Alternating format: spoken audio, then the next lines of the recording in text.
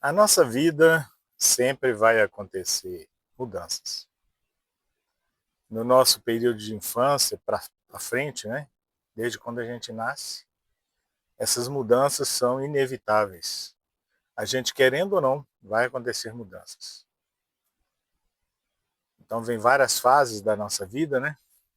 E com essas fases, a gente vai crescendo, mudando, se transformando, aprendendo, apanhando, né? Vivendo e convivendo. E se a gente não aprender com essas mudanças, com os erros, com os acertos, estamos fadados ao fracasso. Como existem milhões, talvez bilhões de seres humanos perdidos nessa vasta imensidão da Terra, né? Perdidos sem saber onde vão, porque não aprenderam com a vida. Quando eu tinha mais ou menos 9 anos, 10, por aí, meu pai tinha um comércio, antiga venda, né? Todo mundo chama, vão na venda do Solouro, vão comprar lá na venda do Solouro, vai lá na venda do Solouro, meu filho, e compra isso ou aquilo. Então não era supermercado, não era outros nomes, né, atuais. O nome que a gente conhecia, que a gente sabia, era venda, a venda do Solouro. Louro era meu pai, o apelido do meu pai. O nome dele era Lourival, já faleceu. Faleceu em 2012, né? Então, meu pai tinha esse comércio lá, era muito abastecido, graças a Deus. Na época, um dos melhores da localidade lá, né? Em Açucena, um povoado chamado Ruinha, é onde eu passei a minha infância, né? É onde eu cresci com os meus amigos, com a minha família, e lá eu aprendi, comecei a aprender a viver, né? Então, como eu disse, eu em outro vídeo, né? Eu me arrastava pelo chão, até lá pelos 5, 6 anos mais ou menos. Eu não andava, eu arrastava pelo chão. Então, eu comecei a andar.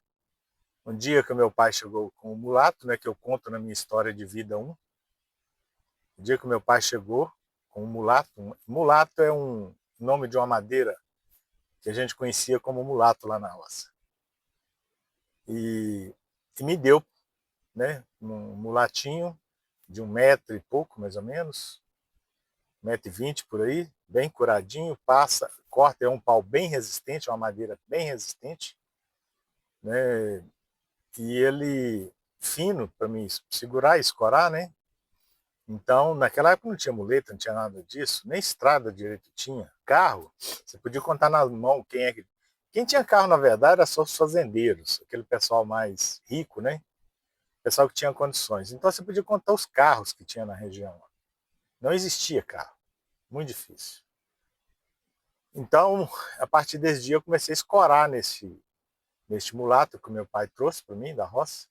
Passa ele no fogo para tirar a casca e ficar mais resistente, né?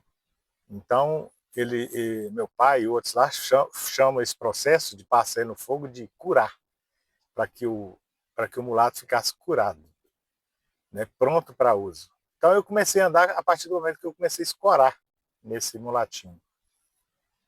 E aí eu fui desenvolvendo, fui caminhando, fui andando, e a vida foi seguindo. E hoje estou aqui, né? Estou aqui.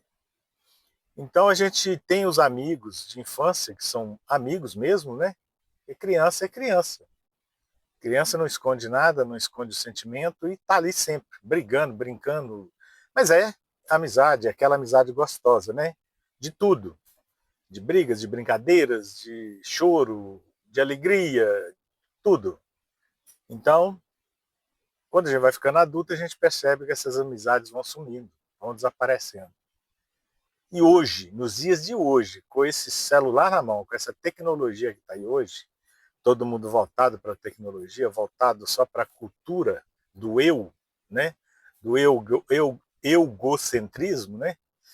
Então, esse egocentrismo, esse egoísmo, que nós criamos atualmente tem nos impedido muito de criar essa amizade. Então quem tem um amigo hoje, um amigo, cultiva-o, porque um amigo vale por 1000 pessoas. E aqueles meus amigos, né, até dentro da família, que eu achava que eram amigos, se afastaram. E eu tenho certeza que aconteceu isso com muitos aí, principalmente nessa pandemia, nesse processo absurdo que nós passamos, né? E graças a Deus estamos aí vivos para contar a história. Então, nesse processo todo aí, eu particularmente achava que a gente ia melhorar, que a gente ia dar mais valor à amizade, dar mais valor ao convívio com o outro, com o semelhante, com o ser humano. Mas eu não sei se é uma opinião só minha, parece que piorou. Parece que nós aprendemos a conviver só com o celular. E em março deste ano, o processo de desgaste já estava acontecendo há bastante anos atrás, né? Mas eu comecei a sentir alguns probleminhas no ombro e nas articulações, dos joelhos principalmente, né? E da perna, já com a fragilidade da polio, né? Que eu tive com 2 anos, aí piorou. Então, fiz uns exames, levei ao médico e tal, nesses 2 anos, fazendo exames, fazendo isso, fazendo aquilo, corro atrás de exames, de médicos. Aí quando foi em março deste ano, saiu o diagnóstico. Eu estou com uma doença degenerativa, incurável, nos ombros e está se espalhando para as articulações do corpo. O nome técnico dela agora eu não lembro, não tenho aqui, está no meu exame. Inclusive está aqui no carro. E isso me bateu uma tristeza. Assim, eu fiquei triste no momento. Por quê? Não pela doença, mas pelo fato de eu estar perdendo a força dos braços, não estou conseguindo levantar muito os braços mais assim, levantar até no alto, não estou conseguindo mais pegar em coisas. E de repente me aparece uma pessoa lá em casa, eu estava precisando fazer um trabalhinho lá, e este rapaz apareceu lá assim, do nada, procurando informação. E a gente conversando, eu descobri que era um trabalhador, uma pessoa simples, humilde, muito humilde. Eu pedi a ele que me ajudasse a limpar a casa, tirar uns entulhos que estava lá, já no processo de preparação para essa viagem que eu estou fazendo agora. Então eu desocupei a minha casa, né? Aluguei os 2 andares dela para estar fazendo essa viagem. E retirei tudo que tinha lá dentro. Os móveis velhos, aquilo que não prestava, eu joguei fora. Aquilo que ainda prestava, eu dei para os outros. Principalmente para esse rapaz. Eu dei muita coisa para ele. Bastante coisa. Exatamente para que ele usasse. Ele ficou muito satisfeito. Então, a partir daí, tem mais ou menos uns 40 dias que isso aconteceu. Ele me ajudou muito lá na limpeza da casa, né? Retirar as coisas, carregar. E toda hora que eu chamava, ele vinha.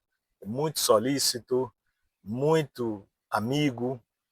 Olha, foi Deus. Foi Deus que colocou na minha frente, foi Deus que colocou na minha vida. Sem ele eu não conseguiria fazer nem aquele barraco lá na minha chácara.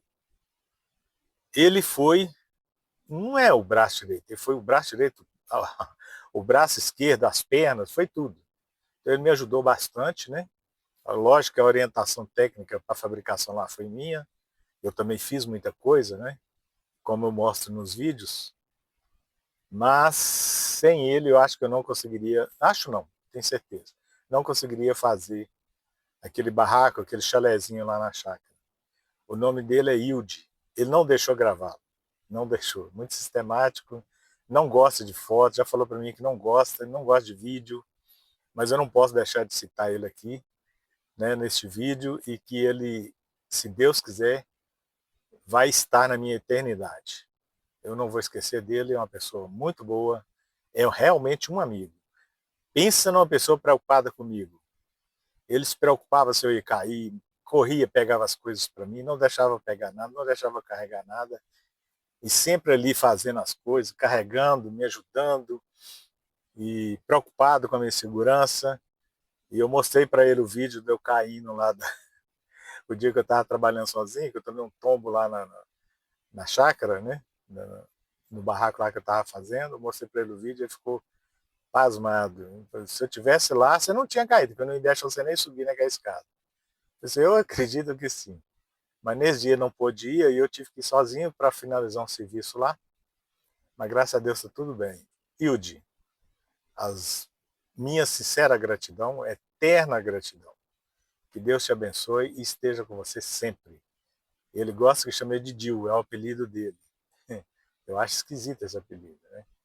Mas o nome dele é Hilde, uma pessoa muito humilde, uma pessoa muito simples. Se Deus quiser, você vai crescer muito, porque você é trabalhador e você é um batalhador da vida. Um cara que sofreu muito, ainda está sofrendo, né? Precisa de muita coisa, e no que eu puder te ajudar, se Deus quiser, eu vou ajudar. Felicidades para você, né? Vai ser pai agora pela primeira vez aos 40 e tantos anos. Felicidade para você, para sua esposa, para o seu neném, e que Deus abençoe todos vocês e esteja sempre na sua caminhada. Até mais. E tem que fazer o... Tá bom aí, Pedrinho? Ó, tamo junto, né, Pedrinho? Comemorando aqui a despedida do Zé Maria.